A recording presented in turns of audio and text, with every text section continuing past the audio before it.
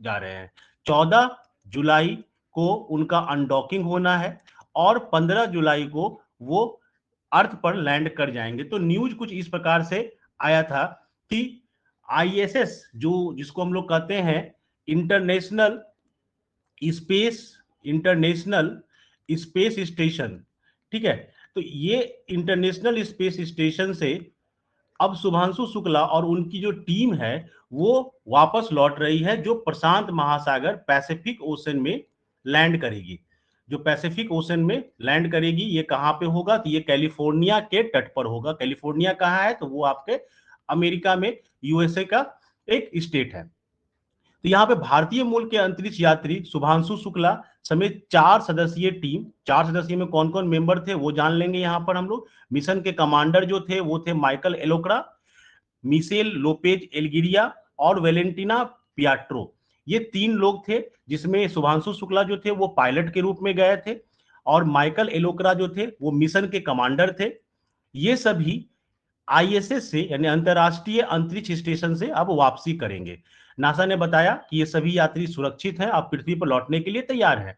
25 जून को वो लोग आईएसएस को गए थे, जहां पर उनके द्वारा कई प्रकार के important scientific experiment and research के लिए वो लोग वहां पर गए थे और वहां पर 14 दिन का इनका ये स्टे था। तो 14 दिन का ये मिशन था, जिसमें उन्होंने माइक्रोग्रेविटी में जैविक और भौतिक प्रयोग किए थे। तो हम लोग जानेंगे इस न्यूज से आज कि यहां पर अनडॉकिंग एक वर्ड आया। अनडॉकिंग का मतलब क्या होता है, स्प्लेश डाउन का मतलब क्या होता है, एक्सियम 4 मिशन आखिर था क्या, डिफरेंस समझेंगे राकेश शर्मा और शुभांशु शुक्ला के स्पेस जाने में, क्योंकि राकेश शर्मा फर्स्ट इंडियन थे।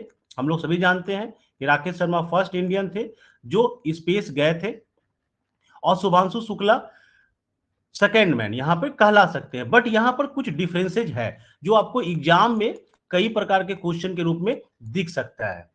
इसी से रिलेटेड शुभांशु शुक्ला जो थे ये एक्चुअल में इसरो के एस्ट्रोनॉट हैं, जिनको इसरो का जो अगला कार्यक्रम है गगनयान प्रोग्राम, उसमें भी भेजने की बात हुई है। तो इससे गगनयान प्रोग्राम किस प्रकार से इफेक्टेड होगा वो समझेंगे, साथ में कुछ इंपॉर्टेंट मल्टीपल चॉइस क्वेश्चंस देखेंगे जो आपको एग्जाम में दिख सकते हैं। तो ये है हमारा आज का सेशन। अगर हमारे चैनल को सब्सक्राइब नहीं किए हैं तो इसे सब्सक्राइब कर लें, वीडियो अगर अच्छा लगा तो इसे लाइक कर दें, और हमारे जो व्यूअर्स हैं उनके लिए, क्योंकि ये एक इंपॉर्टेंट सेशन है जिसमें आपको बहुत सारे की पॉइंट्स मिलेंगे। सबसे पहले समझते हैं अनडॉकिंग होता क्या है। अनडॉकिंग का मतलब होता है जब कोई यान, जैसे क्रू ड्रैगन, जैसे यहाँ पर जो यूज हुआ है वो क्रू ड्रैगन है, तो वो कोई यान जब स्पेस स्टेशन से अलग होता है ताकि वो पृथ्वी पर वापसी कर सके, तो इसको हम लोग कहते हैं अनडॉकिंग की प्रक्रिया। मतलब क्या हुआ कि स्टेशन पे इस प्रकार से यहां पे उनका क्रू आके अटैच हो जाता है, और ये यहां से जब हटेगा, ये हटने की प्रक्रिया जो अलग होने की प्रक्रिया होगी, that process is known as undocking. ठीक है, यह एक सुनियोजित प्रक्रिया होती है। यान स्टेशन से अलग होकर धरती की ओर लौटने की प्रक्रिया शुरू करता है। जैसे यहाँ पे जो यान यूज हुआ है वो क्रू ड्रैगन यूज हुआ है, ये अपना मिशन पूरा कर लेता है। अब आईएसएस से वो अनडॉक होगा, मतलब वहां से वो अब अलग होगा और पृथ्वी पर वापस से कुछ घंटे, मतलब उसको पृथ्वी पे आने में कुछ टाइम लगेगा, तो उसके पहले की ये घटना है। और अलग होने के बाद अंतरिक्ष यान डी ऑर्बिट बर्न करता है। डी ऑर्बिट मतलब वो अपने स्पीड को कम करेगा, वो अपने स्पीड को, जो अर्थ है उसके चारों ओर वो ऐसे मूव कर रहा है, जब यहां से वो अलग होगा तो वो अपना धीरे धीरे अपना स्पीड को कम करेगा। स्पीड कम करने का मतलब क्या हुआ, वो धीरे धीरे करते हुए अर्थ के ऑर्बिट में एंट्री करेगा। ठीक है, इसको कहते हैं डी ऑर्बिट बर्न करना। और इस प्रकार वो अर्थ के वायुमंडल में, जो हमारा अर्थ का एटमोस्फियर है, उसमें वो उतरेगा, मतलब उसमें एंट्री मारेंगे, और उसके बाद वो यान समुद्र में उतरता है, जिसको हम लोग स्प्लेश डाउन कहते हैं। वो कभी अटलांटिक महासागर में होता है, कभी पैसिफिक में होता है। स्प्लेश डाउन क्या होता है, स्प्लेश डाउन वो प्रक्रिया है जब कोई अंतरिक्ष यान स्पेस क्राफ्ट पृथ्वी पर लौटते समय समुद्र में उतरता है। ये लैंडिंग कहां पे हो रही है, ये लैंडिंग ओशन में हो रही है। ठीक है, स्प्लेश डाउन एक नियंत्रित लैंडिंग होती है जिसमें अंतरिक्ष यान पृथ्वी के वातावरण में प्रवेश करने के बाद पैराशूट की सहायता से समुद्र में धीरे धीरे उतर जाता है। तो ये हमारा था टर्म स्प्लेश डाउन का मीनिंग। अगर बात करें एक्सम 4 मिशन का, ये है क्या? तो ये एक प्राइवेट स्पेस फ्लाइट है जो अमेरिकी कंपनी एक्सम स्पेस द्वारा चलाया जा रहा है, जिसमें स्पेस एक्स के क्रू ड्रैगन जो यूज हुआ है, जो यहाँ पर स्पेस क्राफ्ट यूज हुआ है, वो स्पेस एक्स कंपनी का था। और अंतरिक्ष यात्रियों को वो ये जो क्रू ड्रैगन है वो ISS तक यानी इंटरनेशनल स्पेस स्टेशन तक ले गया। नासा के सहयोग से ये चौथी उड़ान है, चूंकि नाम में ही यहाँ पे 4 है, इसका मतलब ये 4th इसका उड़ान था, जो 14 दिनों के लिए पृथ्वी के LEO लो अर्थ ऑर्बिट में मूव कर रहा था। इस पर हम लोग डिटेल में ऑलरेडी एक सेशन बनाकर, हम लोग वीडियो बनाकर डाले हुए हैं अपने चैनल पे। आप चाहोगे तो उसको भी आप देख सकते हो, जहां पे आपको काफी डिटेल और काफी यहाँ पे साइंस एंड टेक्नोलॉजी के टर्म जो है बहुत आसान भाषा में यहाँ पर एक्सप्लेन किए गए थे। चूंकि न्यूज अब जो है वो वापसी का है, तो हम लोग उस पर फोकस कर रहे हैं। शुभांशु शुक्ला ने इतिहास रचा था जब वो एक्सम 4 मिशन के तहत अंतरराष्ट्रीय स्टेशन पर पहुंचने वाले प्रथम भारतीय बने थे। यहाँ पर अगर हम डिफरेंस करना शुरू करें राकेश शर्मा के बारे में और शुभांशु शुक्ला जी के बारे में, तो यहाँ पे आपको समझ में आएगा कि राकेश शर्मा स्पेस में गए थे, वो स्पेस में गए थे। शुभांशु शुक्ला पहले व्यक्ति हैं जो इंटरनेशनल स्पेस स्टेशन पे जाकर लैंड किए हैं। ठीक है, तो उस मामले में हम कह सकते हैं ये फर्स्ट इंडियन है। उस मामले में हम कह सकते हैं वो फर्स्ट इंडियन है जो इंटरनेशनल स्पेस स्टेशन पे इन किए।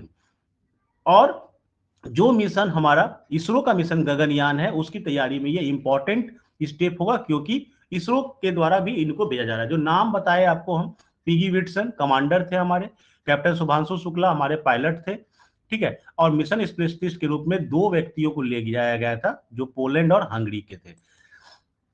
अब आते हैं इसमें क्या क्या उनको रिसर्च करना है। तो रिसर्च में माइक्रोग्रेविटी का रिसर्च करना था।